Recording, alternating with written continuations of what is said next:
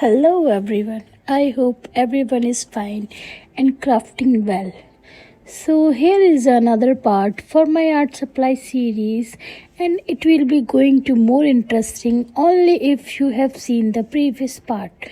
So welcome back to my channel Hands on Arts by Nanas. It will be pleasure for me if you are going to watch my upcoming part for this art series. Anyways, if you are willing to watch the tutorial part of mandala, so you have to subscribe my YouTube channel so you can get every update.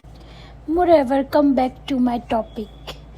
So this one mandala is the second part of my mandala tutorial. So this part my artwork for which I am using flare pens.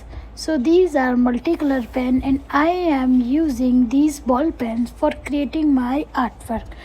Do let me know how it is looking, the complete artwork. Thank you.